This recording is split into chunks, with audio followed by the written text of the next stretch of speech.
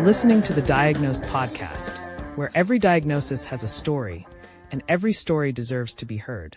From survivors to loved ones, we explore the journey together with your host, Albano. Joining me today is my good friend, Jennifer. Jen, thanks so much for coming on. No problem, Albano. I'm happy to be here. Thank you for having me. Yeah, absolutely. You know, it's crazy, Jen, because when I first floated the idea about the podcast, you were one of the first people that I mentioned it to. And once I told you the theme behind it, that people were going to be coming on and sharing their stories of struggle, whether it be cancer or any other type of diagnosis that they might have had, health or alcohol or whatever it was, you had your own story to tell. And you immediately said, I'm going to come on and be on your show. So do you remember that? I do. Yeah. So I was actually pretty surprised, I'll be honest with you, because you're very guarded when it comes to some of that personal stuff, especially with your diagnosis and what you went through. You were pretty guarded with it. So thank you very much for opening up and sharing this with our community, because it's my community, your community. So I really, I do appreciate that. No worries. Happy to be here. So let's, why don't we start? Every story's got a beginning. So why don't we go back to pre-diagnosis? Okay. So you were diagnosed in what year? Summer of 2022, tail end of the summer. 2022, right during COVID. So let's go back to tail end of the summer. So why don't we start with early 2022, late 2021, and just tell us a little bit about what your life was like at that time. Okay. So I had a really good job, whatever. It was during COVID, and I decided I wanted to quit smoking. So I am a former smoker, and I decided I wanted to quit smoking, and I had it in my head, and I did it. I managed to quit smoking. So this is now January of 2022 that I decided I was going to go on the patch. I was going to do the lozenges. I was going to do the gum, and I did it. I stuck with it, and I quit smoking. And it was in the summer of 2022. So I had contemplated leaving the job that I was at, and I had found another job. And for a couple of months, I had noticed that my voice was changing, not significantly, but enough that I noticed. So my girlfriend, she kept telling me to go to the doctor, but it was COVID and it was impossible to get a doctor's appointment. You know, you didn't want to leave your house. Everybody was masked. It was just a whole ordeal to actually go to the doctor's office. So it just kept going on and on about my voice. Like I just kept losing my voice. It was very raspy, very hoarse-like. And she kept on it. And I just didn't think anything of it. And I just kept telling her, Carol, it's because I quit smoking. It's fine. It's just everything's coming out. It's because I quit smoking in January, but I'm fine. Don't worry about it. I'm okay. And she asked me, do you have any pain? I said, no, I don't have any pain. But now that you mentioned it, it's like there's a little grain or something stuck in my throat. It doesn't hurt, but it just feels kind of weird. Is your friend in the medical field? No, she's not. Oh, she's not. Okay. So this was just random conversations? It was just random conversation with a very, very good friend. So she had noticed with my voice as well. So she was pressuring me. And then when I told her that, she was like, no, that's it. You've got to go. And I said, okay, I'll call tomorrow. So I did call. And again, it was during COVID. So I did call. And right away, the doctor called me back. And she said that she wanted me to go for ultrasound and x-ray. So she didn't even see you? She didn't even see me. Yeah. She emailed me. During COVID, yeah, a lot of people couldn't even get in to see their family doctor or anything. No. So this was a phone conversation. This was a telephone conversation. So she emailed me the requisitions and I called the laboratory near my home and I was able to get an appointment and I went, and from there everything unraveled very, very, very quickly and very, very rapidly for me. Right. Okay. So you're working, carrying on your regular day to day. You get this. I had just started. Sorry, just to put it in there. I had just started a new job. I had just started a new job. So, you were in the legal profession. Yes. Right. Yeah. Okay. So you're traveling to work every day. You're working 5 days a week at an office somewhere. I'm working 5 days a week. I was 4 days at home, 1 day in the office. Because of COVID. Because of COVID, yes. Right. Okay.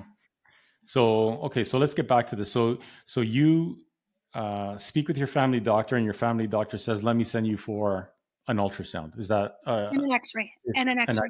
and an X-ray? Yes. Okay. So your doctor gets that report, hmm right? So what is that? Within a few days? I want to say it was probably like the next day. I want to say it was probably the Okay. next day. It was very quick. It Okay. was very, very quick. So did you actually ever get in to see your family doctor about this, or was this all done? No, I didn't get in to see her. She called me. It was very late at night when she called me. She called me and she wanted me to go see the oncologist. She wanted me to go there because they had found there were like spots, like shadows. There were shadows. There was something there. Right. And Right. right. So now they wanted to send me to the specialist. So they got me into the specialist right away. So I went to go see the specialist, and he did a more sophisticated ultrasound. And then he did a procedure called an F, I believe it is. So what it is they put this very long needle through your throat, and they withdraw like a specimen from like, I guess, inside the nodes, the nodules. So is this like a liquid biopsy? Yes. Yes. That's basically what it is, right? Yes. Okay. Yes. Very painful. Very, very painful. And so at this time, you still don't know what's going on. You're basically doing tests still, I'm still doing tests, yeah. right? And I just kept thinking it's because I quit smoking. I just thought it was just because I quit smoking. Right. The timing kind of just made sense that you're making that Yes. connection, that it had something to do with that. Yeah. Yeah. Okay. So tell me this, before you actually got the results on that biopsy, what's going through your mind right now?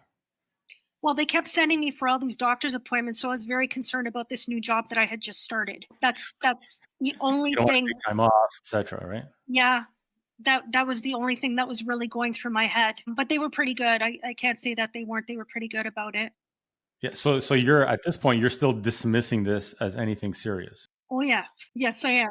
In your head, you still believe I just quit smoking, has something to do with that. Yeah. And that's basically what you're going to tell me at the end of all these tests. That's basically Yes. Yeah. right. So then after that, he called me back. The doctor called me, and he wanted me to go back to see him. So when he Person. wanted to physically see me, at the hospital, I think, I was starting to think, okay, maybe something's wrong. It's COVID. They don't want us anywhere. Okay. This is the oncologist, right? Yes. Yes. So I went to go see him, and he basically told me that I had cancer. He told me that I had cancer, and that I had to get in to have a surgery. And I was just looking at him. Sorry. Yeah, I was going to say, walk me through that experience, because for people who've been diagnosed, or people that I've talked to who've been diagnosed with cancer, or even myself or friends or family, when these conversations come up, there's many things that people remember about their journey from pre-diagnosis to post, let's say. But the one thing that I think really stands out for people is what they felt when that doctor sat them down in person, for the most part, and you hear those words, "You've been diagnosed with." What did you feel? You're sitting there, you don't really know what to expect. You're kind of anticipating at this point, like you said, but you're sitting there and the doctor comes up to you and he says, "Jennifer, you've been diagnosed with..." Yeah, What goes metastatic through your thyroid. mind? How does your body feel? What's going through your mind for those next few minutes? How So did you? it was, well, what I was saying is it was very difficult for me to absorb. Like I just couldn't comprehend what he was saying. I couldn't understand what he was saying. I couldn't believe Like, it. it just didn't register. It wasn't registering at all. It just wasn't registering. Yes. Your drive home, or your questions to the doctor, or did he give So you a prognosis at that point? so he told me that it was very serious and that I needed to have a surgery. And when he said this, I said, I'm sorry, what? I don't have time for a surgery right now. Can't you just give me a pill? It's thyroid. Can't you just give me a pill? Because anybody who has a thyroid issue, it's either underactive or overactive, right? Mhm. And you usually take a pill, a Synthroid pill, and you take that for the rest of your life and you're done. In my head, I did not want to have a surgery as I just started this new job.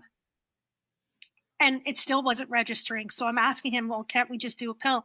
So what he did was he pulled me over to the monitor, and like the ultrasound was up on the monitor, the Right. pictures of all the tumors or whatever. And he's showing me, and he's like, look, that's a tumor, that's cancer, that's cancer, that's cancer. And he's just pointing everywhere.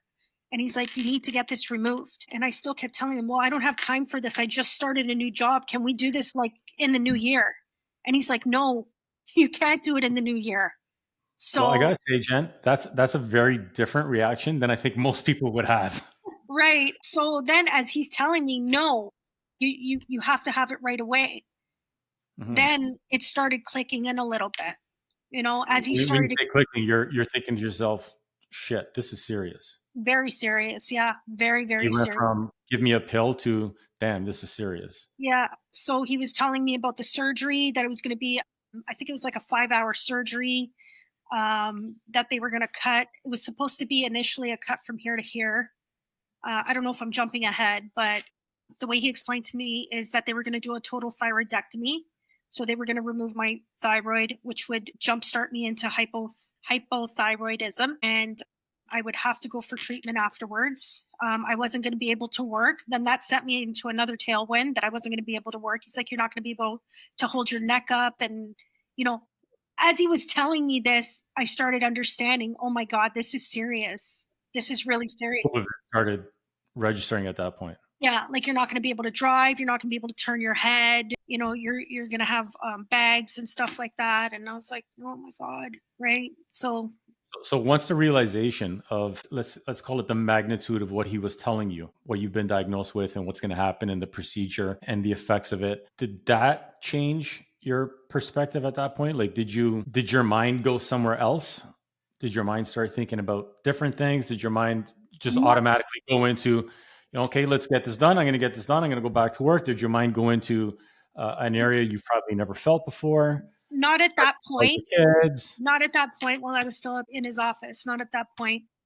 So it's slowly registering. It's very, very slowly registering. Yes, very slowly registering. And, he was telling me, it's COVID. So you have to be careful. I had a little boy. My son was very small at the time.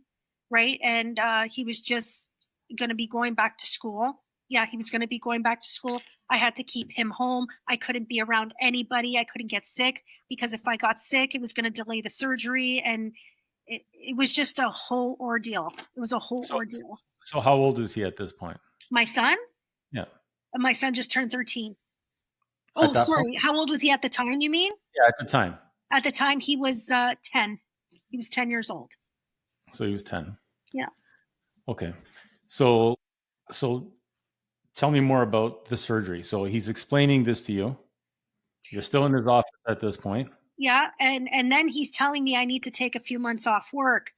And then that just, so here I am. I don't want to have this surgery. I'm trying to prolong it as much as I can. And then he's telling me you need to take like two months off. I'm like, no, that's just not happening. I'm sorry. I can't do that. I can't do that. I'll work from home. He's like, you're not going to be able to put your head up and watch the computer and type. You're not going to be able to do that. So I'm starting to understand the physical impact this is going to have on my body and how long it was going to take to actually recover from the surgery. Right. So at any point during that conversation with your oncologist, so most people, I guess, I would think that one of the first questions that would be asked is, how serious is it? Did any of that come to mind? Like, is there a stage when it comes to thyroid? How serious is it? What are my chances of a full recovery?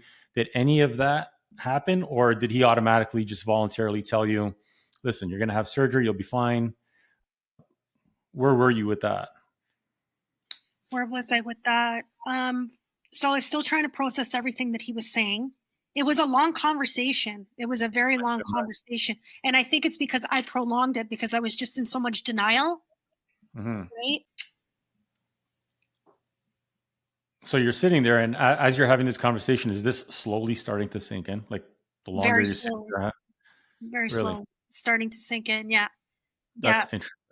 Yeah, because he's telling me like you can't get sick, you can't be around anybody. There were so many things that I had to do, so everything was just thrown at me all at once.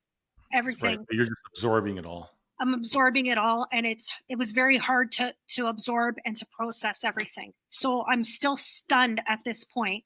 And he's telling me that they were going to try to get me in within the next couple of weeks, and Sure. that his assistant was going to call me. So at this point I said, okay, that's fine. That's fine. And I don't know, I was just very quiet after that. I was just very quiet. I walked to my car, I got in my car, and I just was staring at the wheel, and I just started thinking about my kids. So I have 3 kids, and I was thinking about my kids, and I was thinking about mostly my daughter. So I have 2 sons and a daughter, but I was thinking mostly about my daughter because she wouldn't be able to handle something like this. So I called, of all people, I called my ex-husband first, and I told him what was going on, and I told him that he needed to be at the house for me to tell the kids, and that this is all happening very fast. So I needed to tell them right away. So at this point, all 3 kids are living with you, or the 2 older ones are not living with you? Yeah. So my daughter was kind of back and forth. Yeah. So he was really, really upset, and yeah, he did come. He came, and we told the kids. We told the kids, and so now it's the kids that are. It's not registering with them. So So did you tell all 3 at the same time? The yes, reason I'm asking is your youngest is quite younger than the 2 older ones. very young. Like, Yes. he was 10 at the time. So how does somebody, like, how do you explain that? How do you So relay a message like that to a 10-year-old? What was your strategy? Like, how did that go over? he was very quiet. So it was actually my ex husband that spoke, and he said everything. And my oldest child, my oldest son, he didn't say a word. He was just listening to everything. And then my daughter started crying, and I said to her, "No, there's none of that. There will be no crying. Just please, no crying. I don't want to hear any tears. I don't want to see anything, whatever." My little one, he was just listening to everything. I don't think he really understood what was going on. Yeah. That it's a lot. It's a deep conversation. It is. It's a very deep conversation, and you have to stay strong because you're the parent. So I still haven't cried at all. I still haven't cried. Like most people that I know that were diagnosed with cancer, they would cry or they would be really upset. And for me, I don't know. I was just, I guess, in survival mode at that point. I just went straight into survival mode, and I just had to make sure that my kids were okay. I cared mostly about my children. I wanted to make sure that they were going to be okay. So that's a good point, which kind of leads me into another question. Is, again, me speaking with people over the years about different sicknesses and diagnosis. People sometimes have 1 or 2 things that they could look back on that was inspiring to them, or that motivated them, or a certain attitude that they wanted to develop, or something that they thought of, whether it was their children or anything. Everyone really has their own perspective on it, but something that pushed them through, something that they would think about or aspire to every day to kind of, to get them through that. Was there anything like that for you? I mean, you mentioned a little bit, it was your kids, but was there anything really that you thought of deeply that kind of got you through those tough times? Because you couldn't have been strong every day. I mean, maybe you were, but there had to be some days where you were like, geez, this is, uh, out of my element. I mean, it's not like we can read in a book and prepare for something like this. No, no, you can't. You can't. I mean, you just got to take it day by day. But in answer to your question, I would have to say my kids and mostly my mother. Believe it or not, my mother. I'll just very briefly touch on this, and then I don't really want to talk about it anymore. But my brother had died the year before, so I was determined that I was going to be okay and show my mother that I was okay because she had lost a child. Right. So that was very difficult as well. And I just wanted to make sure my mother was going to be okay. So I just like smile and, everything's fine. Everything's fine. I'm okay. Just very quick surgery. Well, I'm going to be okay. So you tried to dummy everything down Yes. so she didn't worry so much, basically, is Yeah. what we're kind of getting from that. Right.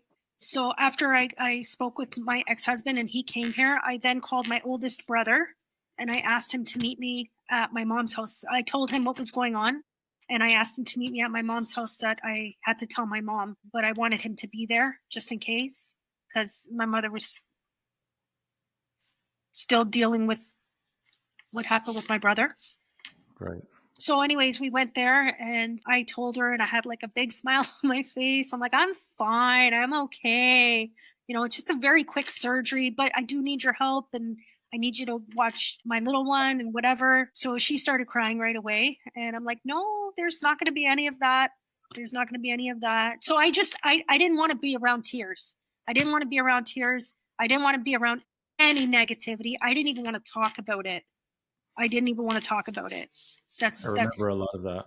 Yeah.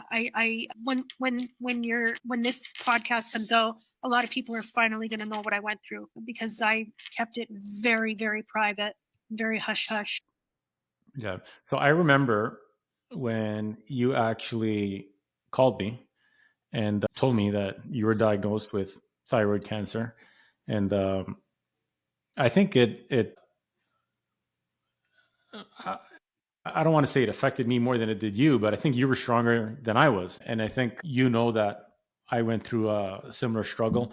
And right at that time was also the time that, I was dealing with my son, who was just coming off of his treatments. Yes. And you had mentioned that to me. Yeah, I remember our conversation, and I was taken aback. I could definitely say that. Anytime I hear anything about people being diagnosed with cancer, especially post my diagnosis, it always strikes a chord. Yeah, it does. Afterwards, yes, it does. Yes, it does. You're more sensitive about it. You're more sensitive to people because you've been through it. You've been through the physical struggle. You've been through the mental and emotional struggle of it, and you know what that person's going to be going through, right? So you become more of like an empath. Is that the right word? Yeah, the empathy. Yeah, yeah. It's we really do form a community of sorts, I think. Yes.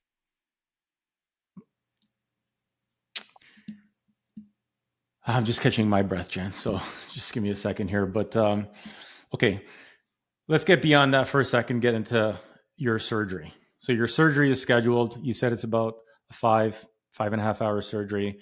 It was So supposed to they be. planned that. It was Yep. supposed to be okay.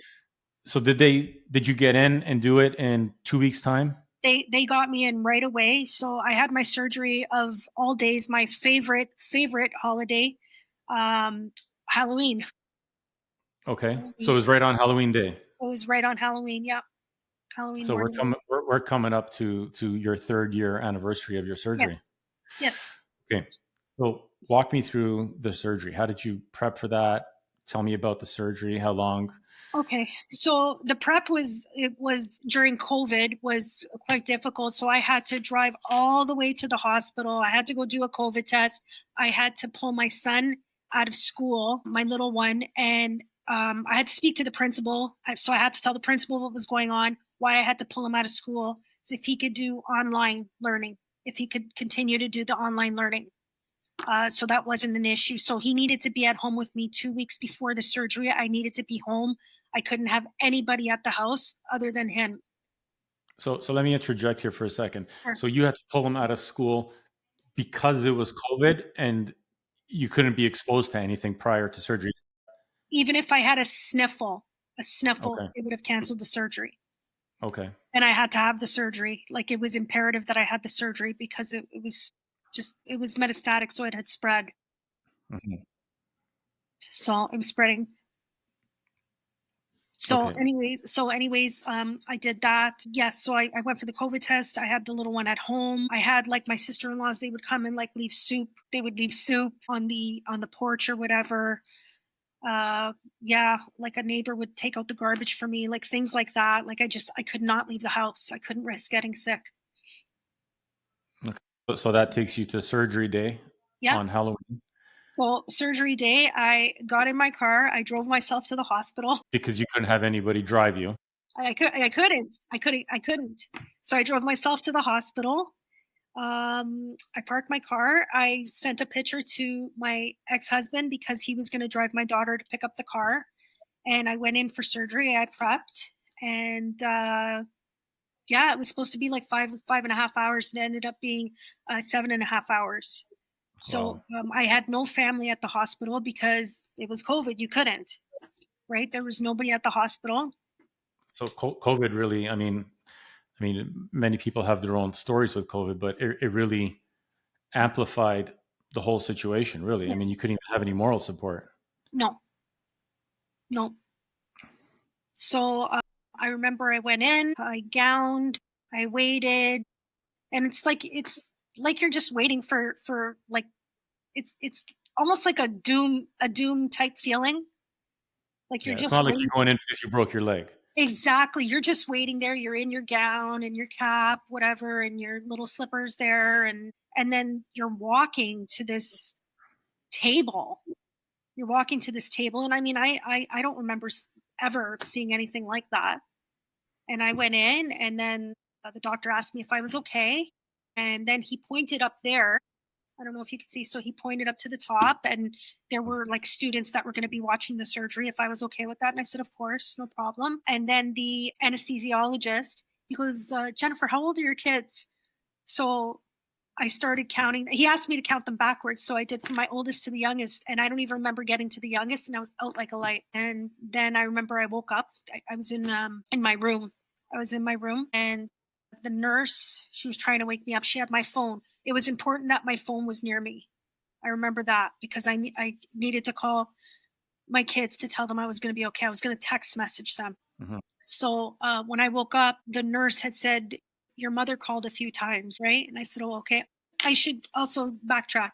I remember before the anesthesiologist prepped me, I had said to the doctor, you have to call my mother as soon as the surgery's done. Can you please call my mother? Because she's very, very worried. So, anyways, because the surgery took an extra 2 hours, my mother was so nervous, she kept calling the hospital, Right. right? Because that had taken a toll on her. Yeah, it makes sense. And then I also remember, so I'm on the bed. I hadn't seen myself at all. I hadn't seen myself. And I heard my daughter in the hallway, and she had brought flowers. So they let my kids come and my ex husband come, my two older kids. Oh, so they did let them in. They let them in, yes. So my daughter, I heard her saying, well, why can't I bring them in? She had bought flowers. She had bought Mhm. flowers. They wouldn't let the flowers in the room because of COVID and because it needed to be a sterile environment. And I remember her saying, well, can I just show her from the door? So they walked her to the door. They wouldn't even let the flowers in, and they let me see them. And that was that. So, which I found ironic because they let the kids in. Why wouldn't they just let the flowers in? But that's a whole other show. So, Right. So they let anyways, the kids into the room with you. yep, yep. They let the kids in, and they let my ex-husband in. And at this point, so I had heard her, and I'm coming out of being like heavily sedated, and I'm looking around, and my son had walked in, my oldest. So he walked in, and he's looking at me, and he's just staring at my neck. So remember, I haven't seen myself at this point, right? So Hmm. I had wanted some water. So the nurse gave me some water, and he's talking to me, and he's like, you look good. But just the way he said it, he's like, you look good. I'm like, okay. And I'm still like very like drugged out at this point. And he's Something like, was odd about that "you look good" statement. yeah, absolutely. And he wasn't looking at my face. I could see his eyes. He was staring at my neck. He goes, Right. don't worry about that. We can get a plastic surgeon and they're going to fix that. Don't worry about it. It's going to be okay. So at this point, I'm like, I want a mirror. I want a mirror. Yeah. What is he talking about? Yeah. There was no mirror anywhere. There was no mirror anywhere. And I wanted my phone. So I'm like, can you give me my phone? And they wouldn't give me my phone. I'm like, please give me my phone. And all I saw was my ex-husband and my two older kids and my son's girlfriend at the time. And everybody's just staring at my neck. So I'm starting to get a little bit of a complex here. So I picked up my phone and I'm looking at it, and I'm like, oh my God. So I was so swollen, and I had this like Frankenstein scar from here all the way up to my ear, like almost here. And I'm looking, and it was very, very thick and just very, very hideous and very gross. And then that's when the tear came. So I finally cried. So you did shed a tear. I did finally shed a tear. Yes, there it was. Yeah. I actually remember you sending me that picture. I don't know Yeah, if you remember sending it to me, but yeah, it could have been the picture or maybe a video. I couldn't believe it. How it might have been both. But I do remember seeing that, and it was obviously substantial. Yeah, it was, and that is when it sunk in. That's when it sunk in, and they had all these, what are they called? Drain bags. I had all these drain bags, and Hmm. I couldn't even move. I couldn't even move. So, yeah. So at that point, so you're saying it finally sunk in, like you're finally realizing this is even more serious than I thought, Yeah, and yeah. you're seeing the scope of the. I'm seeing the scope. I'm seeing how he's arguing with me. No, you can't take a few weeks off work. You got to take a couple of months off work. So now I'm starting to understand it, like the pain and the recovery of it. So, I mean, the surgery was nothing really. It's the recovery. The recovery is the hardest part, right? The recovery and then the radiation. So I didn't do chemotherapy. I had to go for radiation. I was a good candidate. Yeah. So how long were you in the hospital before you were released? I was in the hospital about 4 or 5 days. And this was during COVID. So that's like unheard of. So I was in the hospital. I remember I just wanted to go home. I wanted my own bed. I wanted to be like in my own home. So they had arranged for me to leave and they arranged to have a nurse come to my house every day. So she came twice a day and she would change the drains. So I had drains all in my neck and she would change the drains for me. She was a very nice, very, very kind woman, very kind nurse. Yeah. And oh, and I should say I had all staples. It was all staples. So then another different nurse had to come, right? And check on that. And I Yeah, can't I remember. was going to ask because I remember the staples. So I was going to ask. So let me backtrack. So the morning after the surgery, the surgeon had come in, such a nice man, and he was looking at me, and I looked at him, and he's like, "How you feeling?" I'm like, "I'm okay." And he's like, "Lift your arm." So I lifted my arm. I guess he wanted to make sure that I had mobility, that there was no severed nerves or whatever. And I looked at him and I said, "Staples? Really? Really?" that, was, that was the first thing I said. And I said, "There's going to be like little holes." And he said, "No, Jennifer, once it heals, it's going to take a long time, but once it heals, it'll be a thin scar. It's not always going to look like that. It'll be beautiful. It'll be beautiful. Don't worry about it." So, you know, he was trying to be hopeful, give me a little bit of hope. Well, I mean, they're clearly gone. I mean, you can't see anything. So, I mean, he No, I was telling. see. I can see it. I see it. I feel it still. But yeah, no, I can see it. So you get home, and how long does he tell you the recovery is going to be before you're physically able to really get back to somewhat of a normal life? This is obviously pre-radiation. Yes. So what is the how long did he say that recovery was going to be, or how long did he say that you were going to be in a state of being physically incapable of going on with your life? How long was that recovery part? It was a very long recovery. It was very, very long. I started driving my car probably about 2 months later because Okay. I couldn't turn my neck. So it took about 2 months to drive my car. Bathing was quite the chore. Washing my hair was quite the chore. Washing my face, it was like just a wet cloth. Like I had to really change very simple everything, everyday things. I had to change my routine. I had to like adapt Would you say that you felt vulnerable at that point? a little bit. I'd say a That little bit. yeah, that you couldn't just do your day to day. Yeah. And I'm very independent, so I don't like to ask anybody for anything. So that was very difficult for me too.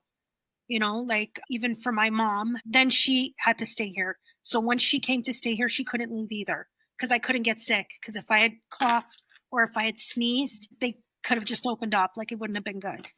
Right. So at this point, your mom is with you post surgery, Yes. helping you during this recovery She's period. helping and, bless her, she's an older lady and yeah, like I had to depend on her for certain things and it's very hard when you're used to doing things by yourself for such a long time. Well, this is the beauty of family, right? Yes, absolutely. Absolutely. No matter Okay. So, how sorry, go ahead. no, you go ahead. I was going to Finish your say thought. well, what I was going to say is um, I had been so like on my own for a really long time and just very, very independent. Don't like to ask anybody for anything. So that was very difficult for me to say, can you hold my hair so I can wash my face, or can you help me up the stairs, or like just very, very basic things to ask for help. It's very hard. It's an eye opener. So the reality of the consequences is, you know, day by day, it's really kind of taking effect at this point. Yes. Yes. Okay, so you're about 2 months. You start driving. You start getting back to a normal life after 2 months. Is that pretty much I started doing more physical things after 2 months. Yeah. right? So I had gone back to work, but what I was doing was I was doing online at home, but that Okay. was hard too. So I'll take you back to when he told me you're not going to be able to stare at the screen and to type and this and that. Boy, was he right. He was right. So I should have, in hindsight, I should have just listened to him right from the beginning instead of being stubborn. Right? Yeah, it's that work ethic, right? Yeah. Yeah. Um, so you mentioned that you also did radiation. Yes. So how long after your surgery did you do radiation? And maybe even before you tell me that, did you know you were going to have to do radiation, or was this something that they assessed post surgery and then decided? He told me that there was a chance that I would have to do it. And I had to do it. Like I just had to do it. I had to do the radiation. So that was another prep all on its own. So how long after your surgery? I'm trying to remember now. I think um I want to say it was like 5 months, maybe 5 or 6 months. Yeah, and there's actually a little story to that too. So basically, with this radiation, so at this point, I had gone to see the endocrinologist, and the endocrinologist, he works out of Sunnybrook Hospital. He works out of Sunnybrook. So the way they explained it to me is that I was going to have to take like a syringe. There would be two needles that I would have to take. I'm trying to remember the name of the drug. I can't remember it offhand. It might or might not have been covered by insurance. And before I took this, I had to physically prep in order to take this drug in order to do the radiation. So you're very limited on what you can eat and what you can drink. So you can't have, for example, any salt, anything with salt in it, right? You can't have. I think it was like broccoli, like cruciferous vegetables. Like it was just a whole thing, right? Lots of pamphlets of what you can and cannot have. Okay, so here I am. I had prepped for everything, and because of COVID, there was a shortage of this drug, so they had to cancel this after I had fasted and I had done this special diet in order to prepare my body for this medication in order to do the radiation. Oh, I was not happy. I was not happy at all. I was not a happy camper because it took a lot out of me, right? And I had to be home in order to do this special diet, if you will. So I had to redo this again. I had to go through this again, and I wouldn't wish that diet on anybody. Anyway, so we ended up doing it. I got my syringes, so it was funny the way that they deliver it to the house. It's you would think it's like a body part that's being delivered, right? It came like in a little fridge and everything. And then I had a nurse. She came to the house to administer the drug. She came 2 days in a row. Two? Yeah, it was 2 days in a row. Yeah. So you had to do this diet of Yeah. sorts Yeah. twice. Yeah, I had to do it twice. And then I got the medication. She injected that into me, and then I had ended up going to Sunnybrook again by myself. I took an Uber. I went there, and then I did the radiation, and then I had to wait until the radiation was there was a like a low amount that I wouldn't be, I guess, radioactive to other people. So what they do is they put you in this room and the walls are lined with lead. My understanding is that the walls are lined with lead. There is a window, but nobody comes in and out. They basically leave your food at the door like you're a prisoner. So they isolate you. Yeah. Yeah. You're isolated. You're in radiation jail. I was in radiation jail, but I had my iPhone, so I was able to call my kids. I was able to call them. I remember I FaceTime my nephew. Yeah, my niece and my nephew, my mom.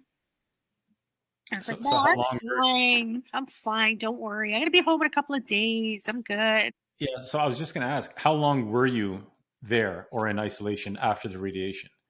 Did you have radiation multiple times? Nope.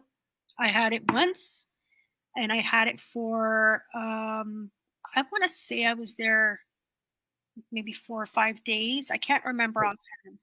Yeah, I So, was so there. okay, so I'm not familiar with this type Yes. of radiation, Yeah. obviously, because Well, when I think radiation, I think you go, it's a localized shot, you're there for 10, 15 minutes and you leave. no. So what? Well, they have to monitor you because you're radioactive at this point. So what happens is they come with this pill, this big pill, and this pill is in this like almost like an iron capsule, right? Mhm. So they tell you to take the pill. The whole room had plastic everywhere. Like there was So at this point, you think you're in a movie. You're watching The Matrix at this point. I'm what you know what it was like, Albano. It was like watching Dexter. Okay. There was plastic everywhere. I was so freaked out. Like, what is going on? So yeah, I had this pill, and that's pretty much it. I had to stay isolated, and then I can't remember exactly how many days. I want to say like maybe 5 days later. They there was like a wand or something to measure the level of radiation that you were letting out. Okay. So when people are entering your room, they're, Nobody was entering it. how did you get food or They left it at the door. And then really? they would knock on the door and say, "Okay, we're dropping off your food." And I'd have to wait like a minute, and then I'd go to the door, I'd take my tray of food. Wow. Yeah. Yeah. So that must have been, I It mean, was besides wild. the physical part, it must have been mentally difficult to absorb all that. I was getting bored. I brought my Really? tablet. Yeah, I was getting bored though. I was getting really bored. I'm not the type of person that can just sit there. I'm not that So person. I remember, maybe you can tell me if I'm right, wrong, or if I'm missing something. But I remember at that time when you were going in for this radiation, I remember you telling me that even when you went home, you had to get rid of your cats. Am I off here or no? No. Yeah, I couldn't be around anybody. I had to throw my clothes out. I had to throw Like my even your youngest couldn't have been home when you got home, right? You had to be by yourself. Is that right? Yes, that's right. I was by myself. And again, my sister-in-law would come and she'd leave like a soup at the door or whatever. My friend Carol came, I remember she dropped stuff off at the door. Yeah, I had to be alone. Yeah, even your cats couldn't be home, right? Yeah, the cats. I had to be like in a separate room. I had a fork, a knife, and a spoon. I remember that. I had a fork, a knife, and a spoon that was dedicated just to me. Yeah, and I remember the clothes. I didn't want to put them in the laundry machine. So I remember I had purposely taken old clothes, and when I had gotten home, I had thrown them out. I like double or triple bagged them, and I had thrown them out because I was So the just rest so of the world is dealing with COVID, and Jennifer's in the Matrix, kind of in your own bubble at yeah. that point, not knowing what tomorrow is going to be like, and you're just trying to figure this all out. You can't see your children, and so yeah, that's incredible. I How forgot about long? my cats. I forgot about my cats. Yeah, you know how much I love my cats. That was hard. Yeah, well, I just remember that, and I just thought it was just so bizarre to me because I've never heard of that before. Yeah. So that's why I remember it. So how long was that before people could come back to your house and you were able to? You know what? I honestly can't remember. It wasn't too long, but it was long enough. It's like, oh my god, still, you know, Yeah. So your communication is basically on the phone. my iPhone. So thank goodness for technology. You had that way to communicate. Yeah, yeah, yeah. Okay. That's so after that's done, what's post radiation for Jennifer? What is So there post, anything left? Let me ask you this. yeah. Just going back to between your surgery and radiation, you had mentioned that they weren't sure if you were going to have to do radiation or not. At what point and why did they decide that you needed radiation? Like, what was it about your situation that made them say surgery wasn't enough, we need to do radiation? Because you got to make sure you get everything out. So they've done this surgery, right? At this point, they had taken 61 lymph nodes from me, right? Wow. So, yeah, 61 lymph nodes. So they just have to make sure, like, the radiation is like the final, I guess you could say, like the nail in the coffin, that clears everything. It zaps everything. If there was anything left over, that even if there's like a pinprick, right, that's left over, that could start again. That could start Metastasizing. Thank you. Yeah. So they just had to make sure that everything is zapped and everything is clean. I remember I had to go for a PET scan, CAT scan. I remember I had to do a bunch of those as well. There was a lot of doctor's appointments after that. A lot of doctor appointments. Okay, so now you're finished your radiation, you're home, your isolated time is up. People start coming back to the house. You start getting back into a normal life. The one thing you had mentioned earlier on in the conversation was your voice. Yes. That was one of your original symptoms.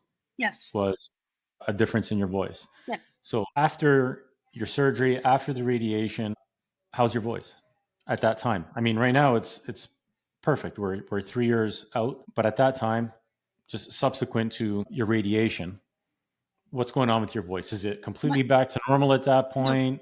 No, it's still very, very raspy to me anyway. To me. Now or then? No, right afterwards it was still very raspy. It still kicks in and out. Like right now as I'm speaking, I can hear my voice, and to me there's still a slight rasp to it. I can hear it. Yeah, I remember speaking to you several times when I would communicate with you to check up. I remember that you did have that raspiness. You went from Jenny to Janis Joplin. You had that little bit of a raspiness in your voice. No, not Janice. You know who it was? My God, what's her name? Stevie Nicks. Well, Stevie Nicks. Yeah, I remember that. So besides that, I mean, you were fine physically. I was tired. I was very tired. I was very, very, very tired. I got drained very easily. Even just to walk up the stairs was a lot. I mean, prior to this, I would get on my bicycle and I would go bike riding with my son. I was always on my bicycle, or I was, downstairs in the basement working out. So that was another thing for me. That was hard too. The fact that you couldn't exercise? Yeah, I was always very, very tired. And so once you have this and you're now on Thyroid, you have to get the right dosage for your body, what your body can handle. So that was a little bit tricky at first, and now I've been on the same medication. And also, I think I mentioned that this puts you right into hypothyroidism. So it's you have no thyroid, and it's basically like having an underactive thyroid. So there was like some substantial weight gain, right? So that takes a toll on you too, right? So your appearance physically is not the same anymore. Right. The tiredness, is that directly because of the medication that you took, or it was directly because of the medication? Yeah, very tired. And are you still on that medication? Oh yeah, I'll be on the medication the rest of my life. Oh, really? Yeah, every morning I take it. Oh, wow. I take it on an empty stomach, and then I wait a few hours, and then I'll eat something around 10. And is that the only thing that, besides regular doctor visits, I would imagine you still see your oncologist for regular Regularly, I go for blood work. I'm actually going for blood work tomorrow. I go for blood work all the time, just to make sure everything's fine. And I'm lucky. Everything has been fine. So far, so good. I've had to up my vitamin D. Well, vitamin C is a given, but I had to up my vitamin D. Yeah, which I think from people that I've talked to, it's pretty common for post-cancer patients for them to recommend the vitamin D gets upped. Yeah. So I'm good. I mean, I'm good for the most part. I am tired. I still am a little bit tired, but yeah, I'm thankful. I think it humbles you.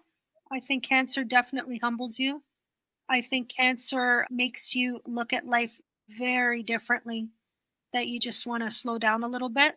I mean, some people want to slow down, and then there's other people that seize the day. You know, they're on a plane and they're going, you Right. know, on a cruise or whatever. Yeah, everybody treats it differently or Everybody views handles it. it differently. Yes, absolutely. So, can you cite, by way of a couple examples, something that um, that has changed for you today versus pre-diagnosis in terms of your mindset that you were just Yep, mentioning? absolutely. I'm very laid back. I don't let anything bother me. I try not to anyway. I'm laid back. I've gone from my job being, a top priority to, you know, at the end of the day, your job is your job, and you have a job to make money and you have a job to survive, but a job shouldn't define you. Your job shouldn't define you. You have your kids, you have your home, you have your life, and you need to put that first. Right. So would it be fair to say that your priorities kind of focused a little bit more on your family, your children, your friends, Myself. yourself? Yeah, That's absolutely. it's amazing sometimes how it takes these certain diagnoses or illnesses or situations to really put things in perspective And for to us. slow down. Right. Before that, I was always like, okay, I gotta go, I gotta go, I gotta go, I gotta do this, I gotta do that, I gotta do this, I gotta do that. Oh my god, I'm gonna be late, blah blah blah. I gotta go here, I gotta go there, And I'm not like that anymore. I'm not like that anymore. I'm not gonna rush. No, life is beautiful. You gotta take it day by day. You gotta appreciate life. You gotta appreciate everything that's there in front of you. You gotta appreciate the people in your life, the pets in your life, everything. Life is very precious. It can be taken from you like that.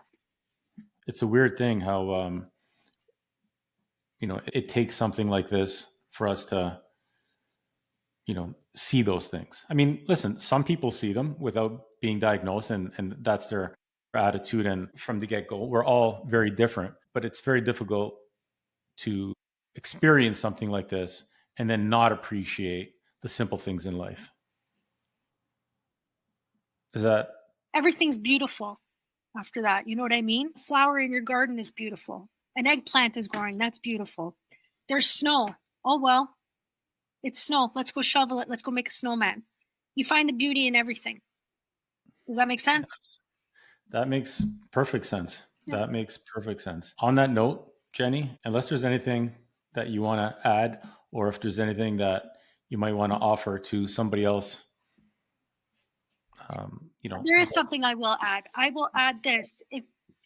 If something's not right with your body, don't take it for granted. Go to the doctor and go get it checked out. I'm very grateful that my friend kept on me about going to the doctor, right? Because it could have ended very badly if I didn't go. So if your body's telling you something, then you definitely have to go check it out.